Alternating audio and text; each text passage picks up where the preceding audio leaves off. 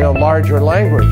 The bottom line is, this is a man who has betrayed his country, who is sitting in Russia, an authoritarian country, where he has taken refuge. Do you think that it will come a time when you can go back to the US without being prosecuted for treason, which is what you would face today if you go back? I would really like to think so, but that's not a question I can answer. That's up to my government. There's no question that if I could choose anywhere in the world to be, I'd be at home in the United States with my family, working for my government, and doing everything I can to continue contributing to the society that I love so much. But the reality is that there's a great resistance in some areas of government in the United States, in some agencies of government, where if an official is embarrassed by the policies that they promoted, that they tried to keep secret so the public wouldn't find out, and then they're revealed, they can use their authorities to make things very uncomfortable for someone. Journalists have been asking the government again and again and again, can you show that anyone was hurt, that anyone was killed, that any lives were lost, that there was any harm or any danger caused by these disclosures? And they've never been able to show a single example, even though they've been asked again and again and again. But the political situation in regard to myself hasn't really changed. And I would like to hope that there will be a chance for a better public discussion about how we protect whistleblowers from the retaliation of government in the United States and other countries around the world. But until then, I'll have to wait. Under which conditions would you go back now? You have a lawyer trying to negotiate a deal with the American government so you can go back home. What would be the conditions for you to go back now? My legal team has a representative for the government to contact us to be able to have discussions. If the government believes we can help them protect some material, if they think we can contribute in some way, or if they are interested in coming to some kind of resolution that serves the national interest and is fair to all parties, which I think is clear. I don't think the United States government gains anything from trapping me in Russia, and I certainly don't prefer to be trapped in a foreign country. But as far as conditions, that's not for me to say. That's up to the government. Do you still have some documents with you? No. Because I knew I would be traveling through Russia, and I know Russia has a very sophisticated, professional, and aggressive intelligence service, I didn't want there to be any risk of espionage or that somebody could ask me for information. So I destroyed my custody of documents before I transited through Russia. Some people in the US, and it was published by major newspapers, speculated that the Chinese had your laptop drained before you left China. Right. This was a famous accusation made by members of Congress who had been embarrassed by these because they were responsible for the policies that have been revealed, and they needed some kind of attack, some response. So they said that I didn't know what I was doing. I was some guy who had all these laptops full of information just spilling out of these computers, and I walked through China and they drained them. They put a buck under it and they stole these secrets. But it's really crazy because I was a cybersecurity expert. I taught officials at the Central Intelligence Agency, Defense Intelligence Agency, National Security Agency, how to protect themselves in areas like China against specifically these kind of things. Some members of the Congress say that you are a defector. How do you see yourself? So this is another one of those attacks where they use the same thing. The government calling someone a defector is very normal. It's like they're reading from a script. The bottom line is you can't be a defector unless your loyalties have changed to an enemy of the state. And my loyalties haven't changed. I work for the United States government. Even today, I work for the people of my country. I don't work against them. I don't want to bring down the government. I don't want to destroy the NSA. I want to improve them. I want to make them better. Would you be willing to face court in the US?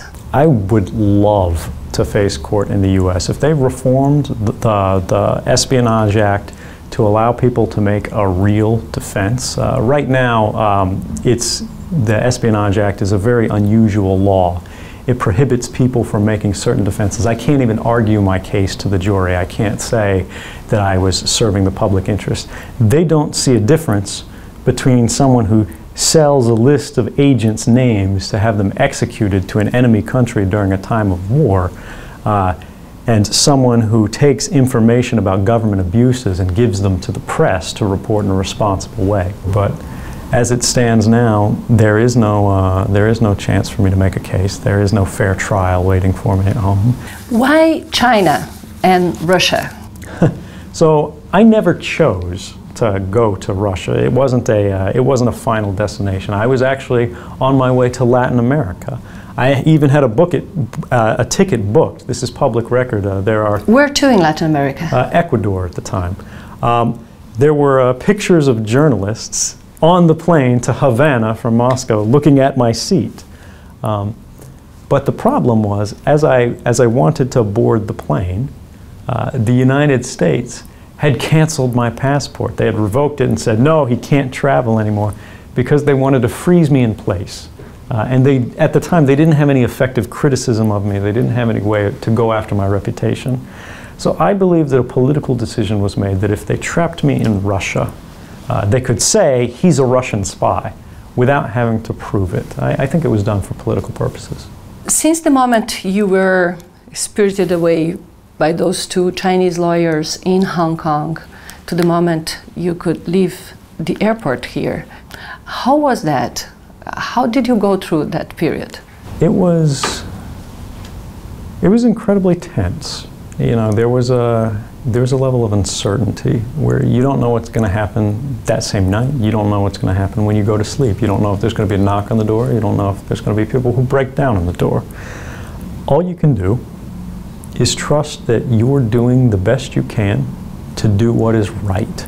And maybe you make some mistake, maybe you don't do things perfectly, but as long as you're motivated to good ends, you're careful, you're responsible, and you make sure that even if you don't succeed in creating some gigantic public benefit, if you at least cause no harm, you can be confident that no matter what happens, no matter whether you end up in jail, no matter whether you end up dead, you can be confident and comfortable with the decisions you've made, and that's how I felt. Fiquei numa sala, tiveram 6 agentes diferentes que eles estavam entrando e saindo. Em agosto do ano passado, o brasileiro David Miranda, companheiro de Glenn Greenwald, foi detido por 9 horas no aeroporto de Londres, acusado de terrorismo. Ele trazia documentos vazados por Edward Snowden da Alemanha para o Brasil. How did you react when you learned about David Miranda being detained at Heathrow Airport? I was shocked. I mean, I don't tell the journalists how to work or what to do, so I'm not sure exactly how they operate, but it's my understanding that David Miranda was working for The Guardian at the time. They had paid for his flight, and he was working as a sort of correspondent role for them.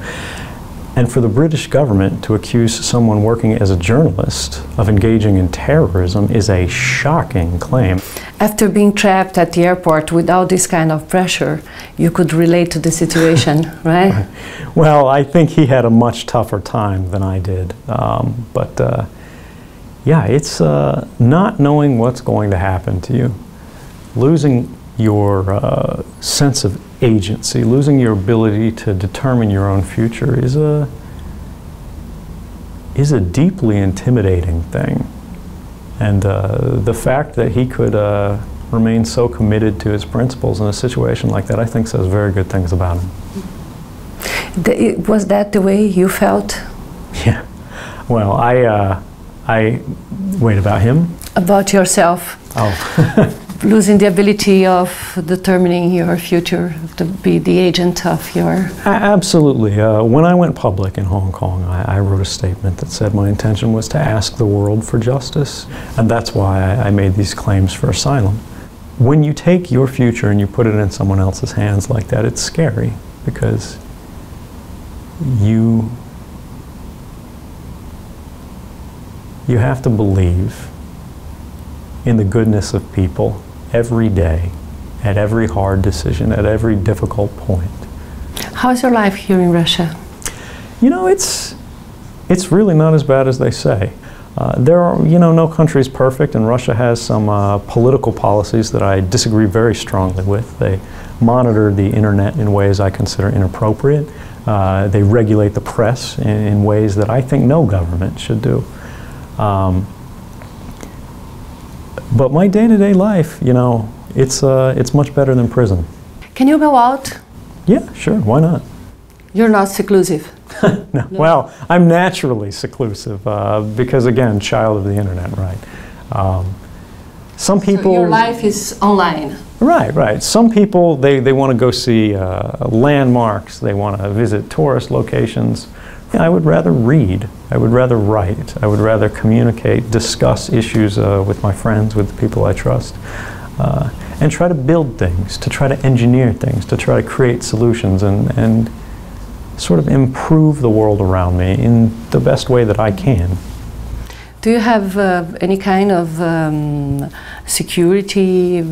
Do the Russians watch you, or? Well, you know, the Russian services, again, I'm sure they're involved in some kind of surveillance, but I don't see it.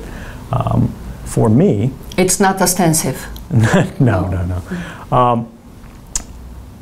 For me, if I need security, I hire security, but I prefer to be open and independent as much as I can. You know, I can't, for safety reasons, get into, you know, where I live and how I travel, but I would say I live a surprisingly open life. People don't recognize you on the streets? They recognize me when I go to computer stores, but you know, when I'm in the grocery store, when I'm, you know, looking at magazines, things like that, you know, nobody really recognizes me. You blend in. Yeah, you know. Do you wear any disguise, or you just go out it's with probably the better, Edward Snowden face? Probably better if I don't answer that one. What do you miss most? My family, of course. No próximo bloco, Edward Snowden fala da espionagem da NSA contra a Petrobras e a presidente Dilma Rousseff e diz que adoraria receber asilo no Brasil.